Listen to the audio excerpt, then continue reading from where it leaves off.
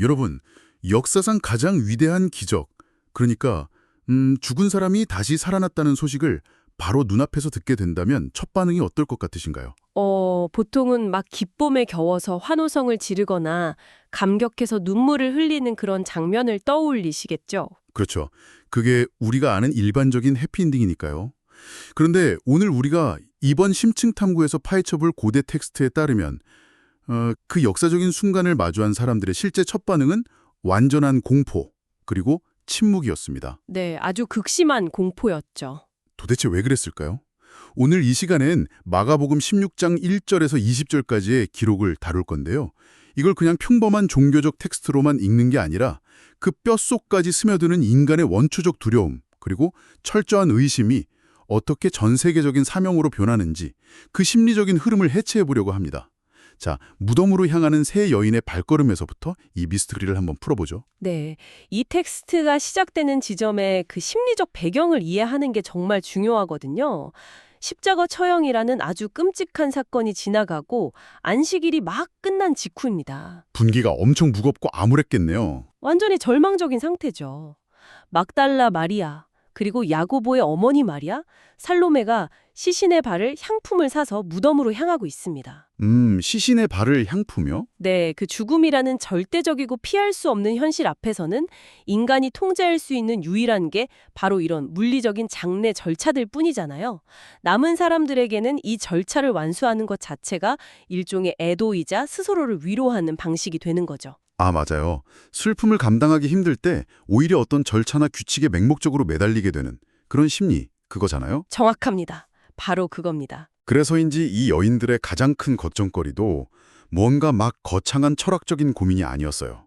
아주 실용적이고 현실적인 문제였죠. 그렇죠. 누가 돌을 굴려줄 것인가 하는 거였죠. 네, 누가 우리를 위해 그 무덤 입구에 엄청나게 무거운 돌을 굴려줄 것인가? 이거요. 마치 우리가 이사를 할 때 이 무거운 냉장고를 어떻게 현관문 밖으로 빼내지? 하고 물리적인 한계를 걱정하는 거랑 완전 똑같거든요. 맞아요. 모든 게 그들이 아는 아주 예측 가능한 평범한 물리 법칙 안에서 돌아가고 있었던 겁니다. 그런데 무덤에 딱 도착했을 때 그 실용적인 걱정, 그러니까 그들이 알고 있던 세계의 물리 법칙 자체가 완전히 산산조각이 나버립니다. 네, 눈을 들어보니까 그 거대한 돌이 이미 굴려져 있었던 거죠. 와, 거기서부터 벌써 소름이 돋잖아요. 게다가 무덤 안으로 들어가니까 시신은 없고 흰 옷을 입은 웬 청년이 앉아 있습니다.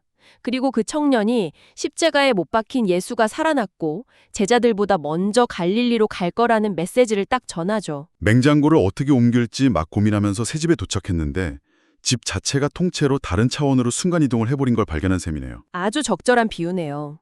인간의 인지 범위를 완전히 벗어난 학술적인 용어로 말하자면 존재론적 충격, 바로 그게 발생하는 순간입니다. 뇌에서 심각한 시스템 오류가 날 수밖에 없겠네요. 그래서 그 여인들의 반응이 더 흥미롭습니다. 기적적인 부활 소식을 들었는데 막 승리의 찬가를 부르기는커녕 텍스트를 보면 몹시 놀라 떨며 무덤에서 도망하고 무서워하여 아무에게 아무 말도 하지 못했다고 되어 있거든요. 이게 정말 매력적인 지점입니다. 만약 이게 영웅 신화라거나 나중에 조작해낸 승리의 기록이라면 절대 이런 식으로 쓰지 않거든요. 조작된 거라면 당연히 할렐루야 하면서 달려갔다고 썼겠죠. 그렇죠. 나팔이 울리고 환호했다고 썼겠죠. 하지만 극도의 공포에 질려서 도망치고 아무 말도 못했다는 이 묘사는 고대 문헌 연구에서 저희가 흔히 말하는 당혹성의 기준을 완벽하게 보여줍니다. 당혹성의 기준이요? 그게 정확히 어떤 의미인가요? 그러니까 초대 공동체 입장에서 굳이 꾸며내서 기록할 이유가 전혀 없는 굉장히 당혹스럽고 부끄러운 반응을 텍스트에 그대로 노출시키는 겁니다. 오히려 그렇게 당황스러운 모습을 숨기지 않음으로써 이게 진짜 현실이었다는 걸 보여주는 거군요. 네, 이 사건 자체가 인간의 인지 능력을 완전히 초월해버린 압도적인 현실이었다는 무게감을 부여하는 장치인 거죠. 진짜로 이해할 수 없는 기이한 현상 앞에서는 환호가 아니라 마비가 일어난다는 인간 심리의 본질을 꿰뚫고 있는 겁니다. 와, 너무 솔직하고 인간적인 반응이라서 오히려 텍스트가 확 살아나네요. 하지만 서사가 이 침묵과 공포의 마비 상태로만 계속 멈춰 있을 수는 없잖아요. 그럼요. 이야기가 진행이 되어야 하니까요. 어떻게든 이 소식이 밖으로 새어나가고 전달이 되는데 여기서 텍스트는 두 번째 미스테리로 진입합니다. 바로 완강한 회의주의, 그러니까 철저한 의심입니다. 네, 소식이 전달되었을 때 과연 남은 사람들은 어떻게 반응했을까? 이 부분이죠. 여기서 정말 흥미로운 텍스트적 특징을 하나 짚고 넘어가야 할 것 같은데요. 소스 자료를 보면 이 불신이 시작되는 9절부터 마지막 20절까지 전체가 대괄호로 딱 묶여 있어요. 아, 아주 중요한 포인트를 짚으셨네요. 고대 사본 연구, 즉 본문 비평 관점에서 보면 이게 엄청난 단서거든요. 대괄호가 쳐져 있다는 건 텍스트 안에 물리적인 경계선이 그어져 있다는 뜻이잖아요. 이게 도대체 어떤 의미인가요? 현존하는 가장 오래되고 권위 있는 성경 사본들, 예를 들어 시내산 사본이나 바티칸 사본을 보면 놀랍게도 이 마가복음은 딱 8절에서 그냥 끝나버립니다. 8절에서요? 방금 말했던 그 두려움과 침묵 거기서요? 네, 여인들이 두려워하여 아무 말도 못하더라. 바로 이 문장으로 끝입니다. 9절부터 20절까지의 내용은 원래 그 오래된 사본들에는 존재하지 않아요. 잠깐만요.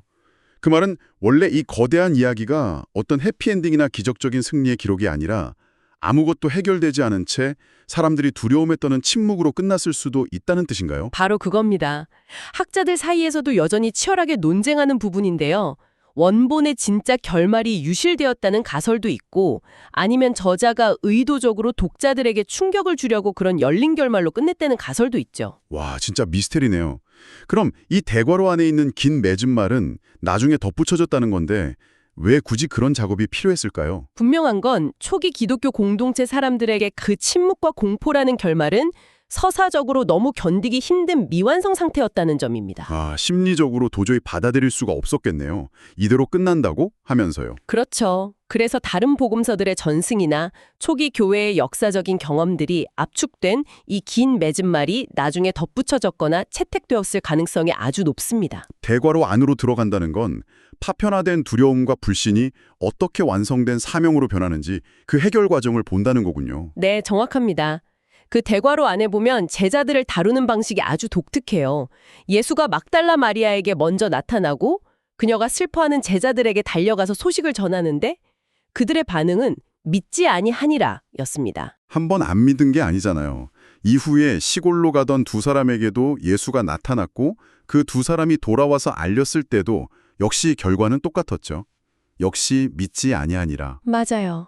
아주 완고하죠. 여러분, 상상이 가시나요? 이 사람들은 예수와 가장 가까웠던 최측근들, 이른바 조직의 창립 멤버들이잖아요.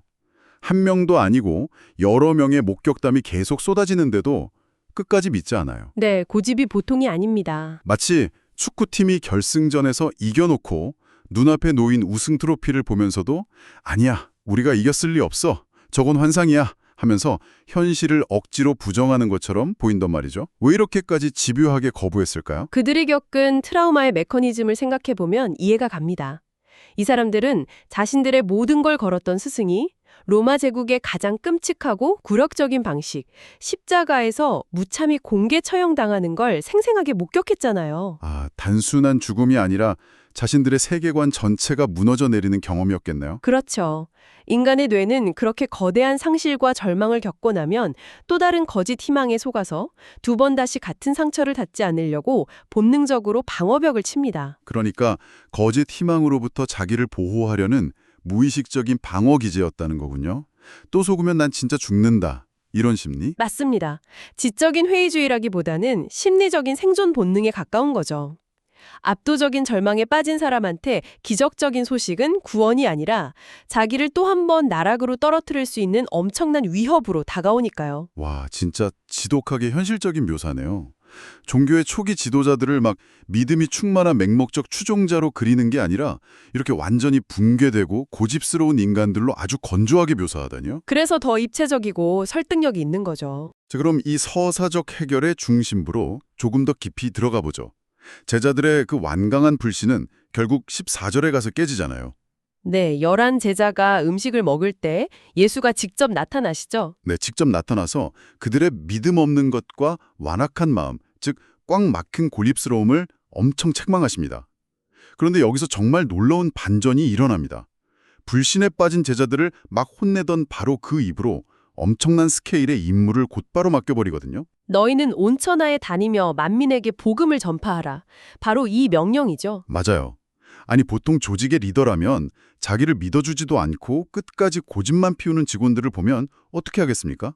당장 해고하거나 저기 변두리 한직으로 밀어내는 게 상식이잖아요. 당연하죠. 신뢰가 깨졌으니까요. 그런데 예수는 방금 전까지 무서워서 방구석에 숨어가지고 동료들 말도 잘 안 믿던 이 사람들을 갑자기 글로벌 프랜차이즈 총괄 책임자로 덜컥 임명해버려요. 불신을 꾸짖는 거랑 전 세계적인 권한을 위임하는 게 불과 몇 초 만에 동시에 일어나는 겁니다. 이 역설적인 리더십 혹은 이 엄청난 서사적 반전을 대체 어떻게 이해해야 할까요? 이 반전이야말로 텍스트가 말하고자 하는 아주 본질적인 메시지입니다.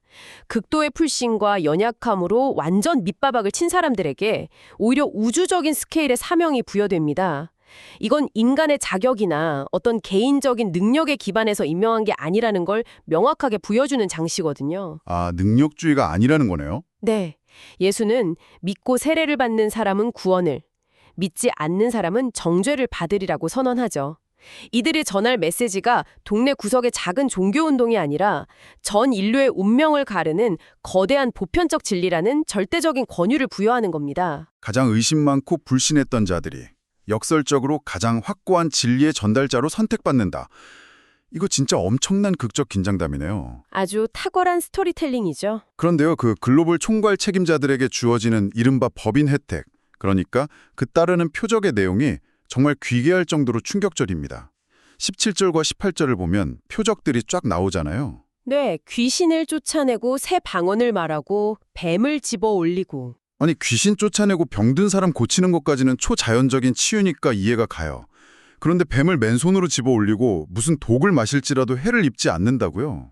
현대인의 관점에서는 좀 당황스럽죠. 이거 완전 무슨 판타지 액션 영화나 슈퍼히어로물에서나 볼 법한 극단적인 능력 아니에요? 굳이 이렇게까지 자극적이고 위험한 표적들이 필요했던 이유가 뭘까요? 이걸 당시의 역사적, 문화적 맥락에서 해체해보면 아주 정교한 논리가 숨어 있습니다.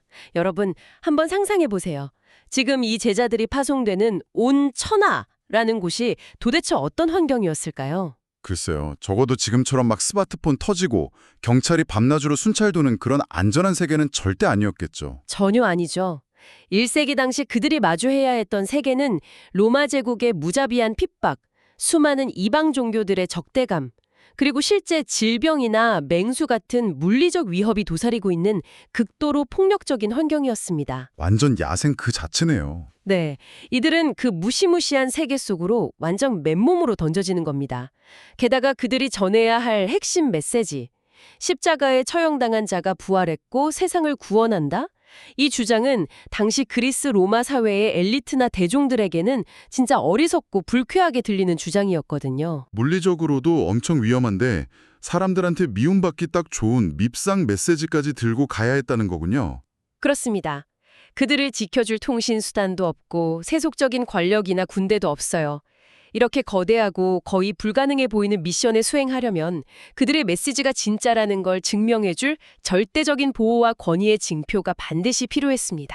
아, 군대가 없으니까 초자연적인 무기가 필요했던 거군요. 네, 고대 세계에서 뱀과 독은 인간이 도저히 통제할 수 없는 자연계의 가장 치명적이고 예측 불가능한 위협을 상징합니다. 죽음의 상징 같은 거네요. 그렇죠.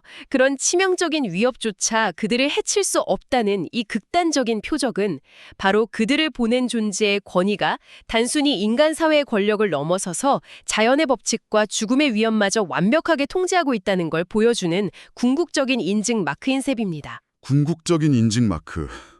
와, 기가 막힌 분석입니다. 죽음마저 이긴 존재가 너희를 보냈으니까 죽음을 상징하는 뱀과 독도 너희를 절대 막을 수 없다. 이런 논리적인 연결이군요. 완벽하게 이해하셨네요.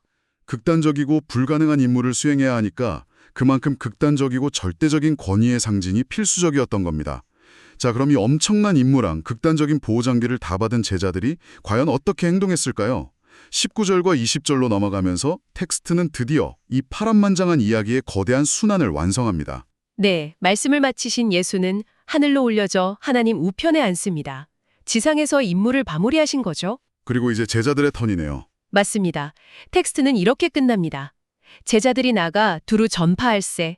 주께서 함께 역사하사 그 딸에는 표적으로 말씀을 확실히 증언하시니라.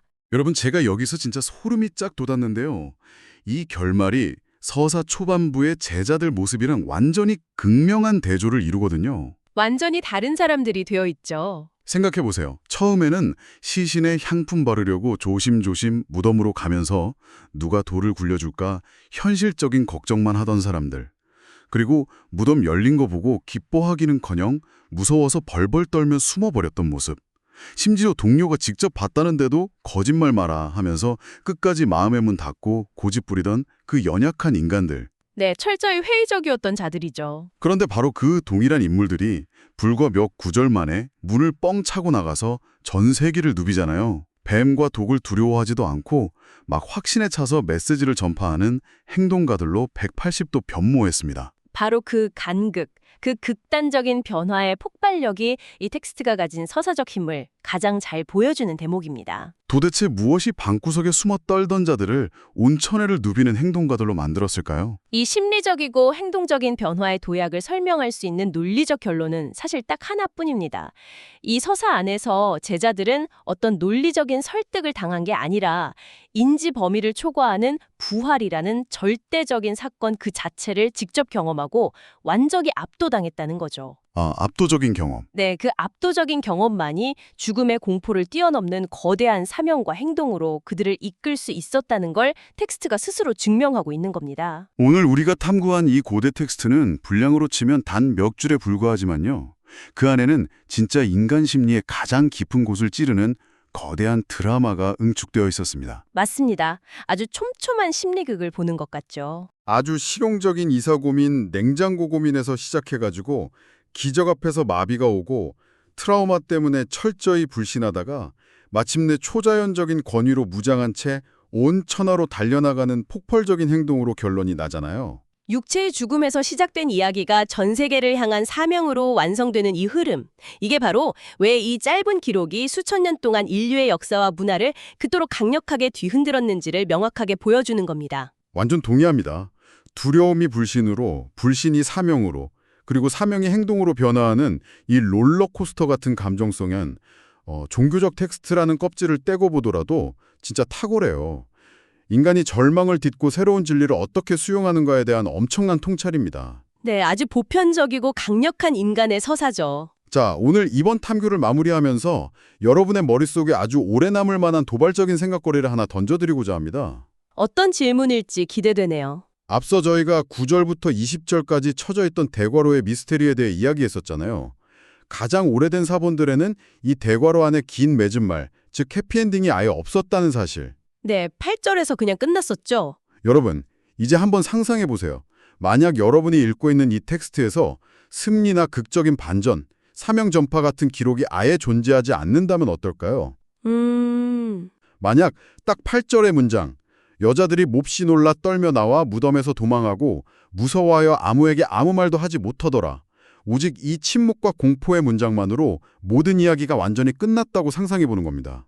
어떤 확신이나 사명도 없이 그저 텅 빈 무덤만 열려 있고 사람들은 두려움에 도망치는 그런 열린 결말이네요. 네.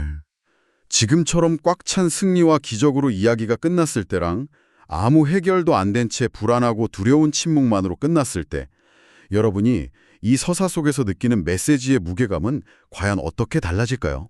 아주 묵직한 질문이네요. 어쩌면 그 해답 없는 열린 무덤의 공포가 인간의 가장 깊은 불안을 건드리는 훨씬 더 날카롭고 강렬한 질문이었을지도 모르겠습니다. 오늘 우리가 함께 나눈 이 서사의 해체 속에서 여러분만의 새로운 통찰을 꼭 발견하셨기를 바랍니다. 이번 심층 탐구는 여기서 마치겠습니다. 함께해 주셔서 감사합니다.